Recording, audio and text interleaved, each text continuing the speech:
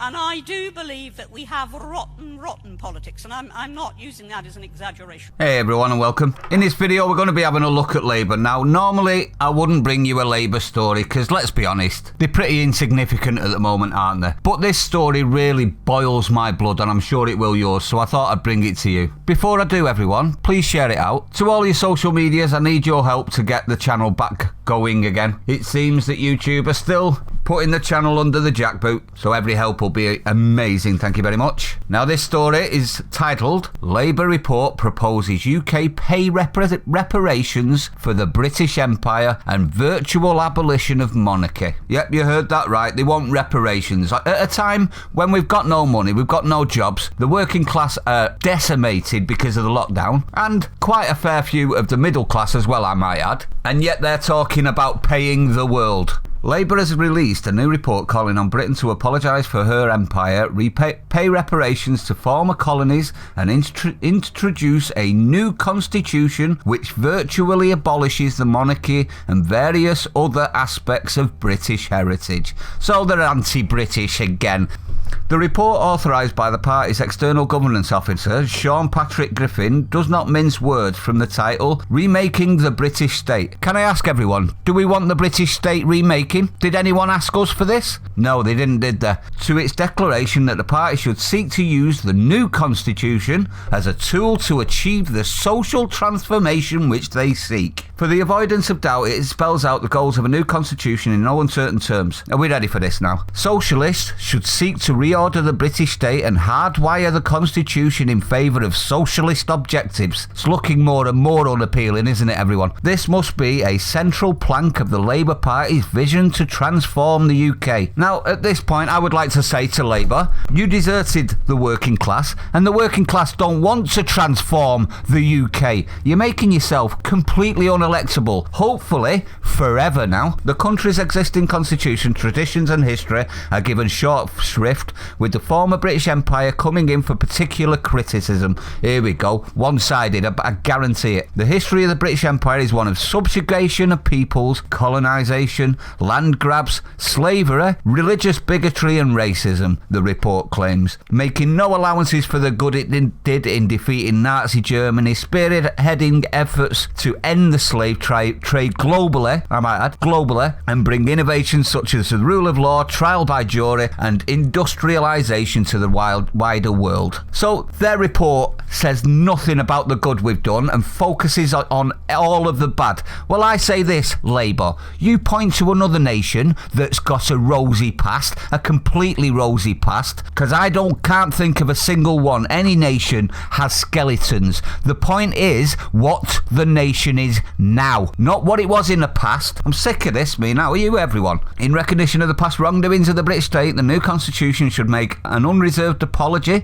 to all of the countries of the world that the empire invaded and negatively impacted it proposes. Can I just say this, everyone? When we gave up the empire, we gained a commonwealth. You know what the commonwealth is? That's nations that liked the fact that we were part of them and wanted to remain part of the British state. You know, the ones that these are trying to make out negatively impacted the world? Yeah, that's right. Commonwealth are countries that liked us.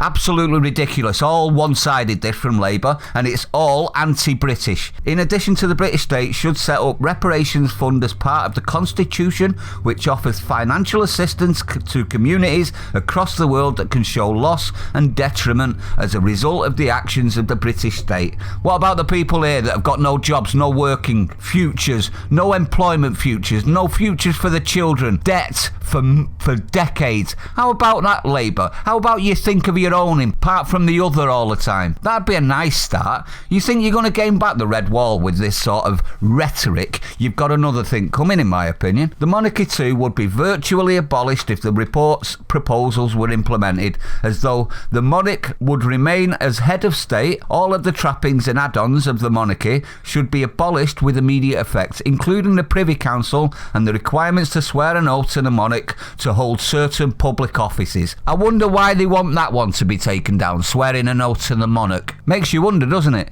In addition, all royal involvement in public affairs should be subject to a constitutional prohibition. Prohibition, well, that's worked everywhere it's ever been tried, with criminal sanctions if contravened, the report adds. And the royal honours conferred by the monarchy, knighthoods, membership of the Order of the British Empire and so on, would all be scrapped in favour of a new civic award that can be conferred by the UK Parliament. I wonder if Sir Keir Starmer is in agreement with that one, considering he's a Sir. Other remnants of a traditional society would fare even worse, with the nobility abolished in its entirety across the country and a constitutional prohibition placed on any future creation of noble titles. Naturally, the House of Lords would be eliminated and replaced by a so-called Senate of the Nations and Regions. Wow, that doesn't sound communist at all, does it? As part of a wider transformation of Britain from a United Kingdom into a looser federation, although England would remain without a parliament, the only home nation to do so. So they want to strip us of a parliament as well. Strip us of our identity, our culture, our history,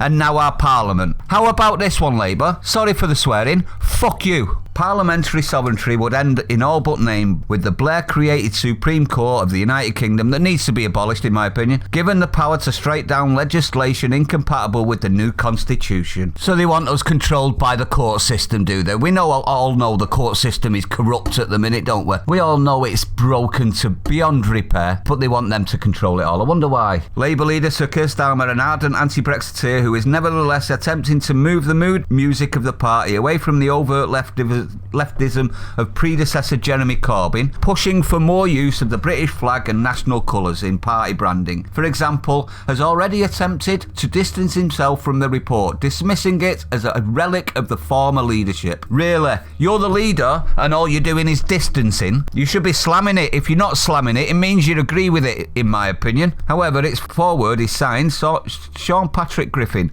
leader of the opposition's office, London, February 2020. So he's signed it as though he is, and there is no indication that its author has lost his position as Labour's external governance officer.